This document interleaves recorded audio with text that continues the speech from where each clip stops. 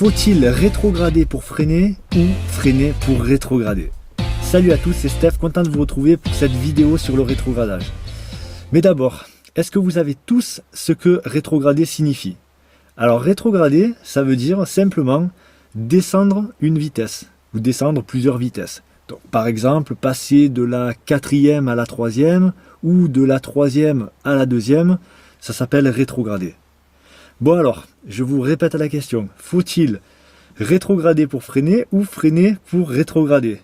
Alors n'hésitez pas, si vous avez besoin d'un petit peu de temps pour réfléchir, de mettre la vidéo en pause et on se retrouve tout de suite après. Alors avant de vous donner la réponse, je vais vous donner la logique. Alors pourquoi change-t-on de vitesse? Eh bien on change de vitesse parce que notre allure a changé. En fait, si mon allure a augmenté, je monte une vitesse. Si mon allure a diminué, je descendrai une vitesse. Je pourrais dire aussi que j'ai monté une vitesse parce que j'ai accéléré ou que j'ai rétrogradé parce que j'ai freiné. Donc si vous avez compris la logique, vous avez trouvé la réponse. La réponse c'est on freine pour rétrograder et non le contraire, c'est pas rétrograder pour freiner. Alors, je vous cache pas que parfois dans certaines situations, notamment quand on roule hors agglomération souvent, si on voit de loin une entrée d'agglomération ou si on voit de loin un virage, on peut tout à fait de loin lâcher l'accélérateur, laisser mourir l'allure, la voiture va ralentir et ensuite rétrograder sans avoir eu à freiner. Mais la logique reste la même, c'est parce que l'allure a diminué que j'ai rétrogradé. Bon, il y a encore quelque chose que je ne vous ai pas dit. C'est que le rétrogradage à lui seul représente une partie du freinage. C'est-à-dire que le simple fait de descendre une vitesse, donc de rétrograder, va provoquer du freinage. Et ça s'appelle le frein moteur. On en reparlera un petit peu plus tard. Mais attention, je ne vous ai pas menti quand je vous ai dit qu'il fallait freiner pour rétrograder. Ce que vous devez comprendre, c'est qu'en fait, le rétrogradage va compléter le freinage. Voilà, donc comme je vous ai dit, ça fera l'objet d'une prochaine vidéo où on le détaillera un petit peu plus.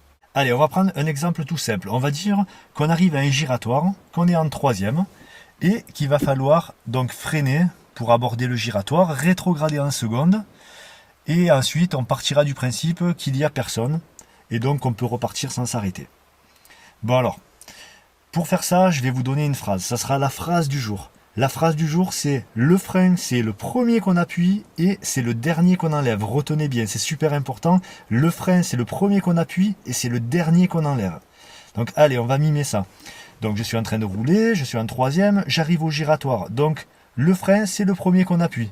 Hop, j'appuie le frein et je le dose. Je le dose en fonction de la distance qui reste à parcourir. Ensuite, j'appuie l'embrayage à fond. Vous avez vu, sans lâcher le frein. Hein. Je le maintiens. Donc j'appuie l'embrayage à fond et je vais rétrograder. Alors bien sûr je ne m'étais pas mis en 3e, donc voilà, je suis en 3e. Je rétrograde ma seconde. Une fois que j'ai rétrogradé ma seconde, le frein, je le lâche toujours pas, n'oubliez pas, c'est le dernier qu'on enlève. Je remonte l'embrayage au niveau du frein, c'est-à-dire au moment où j'atteins le point de patinage. Il se trouve à peu près au niveau du frein. Donc quand j'atteins le point de patinage, le frein moteur se déclenche, hein, ce que je vous ai dit tout à l'heure, je vous en reparlerai plus tard. Donc à ce moment-là, j'ai remonté mon embrayage au point de patinage. Je peux enfin lâcher le frein pour pouvoir reprendre l'accélérateur et repartir. Et mon pied, là, celui-là, je vais pouvoir le poser à côté un petit peu plus tard. Hein. Je ne le laisse pas traîner longtemps devant, mais il n'y a pas d'urgence absolue. Donc, je recommence. Le frein, c'est le premier qu'on appuie, c'est le dernier qu'on enlève. Allez, hop, je remets la 3e. Donc, allez. J'arrive au giratoire, je suis en 3e, je lâche l'accélérateur, le frein, c'est le premier que j'appuie, je le dose, je le maintiens. J'appuie l'embrayage, je passe la seconde, je remonte l'embrayage au niveau du frein, et ça y est, maintenant le frein, c'est le dernier que j'enlève. Je peux reprendre l'accélérateur. Mon pied, je peux le reposer à côté, et c'est terminé.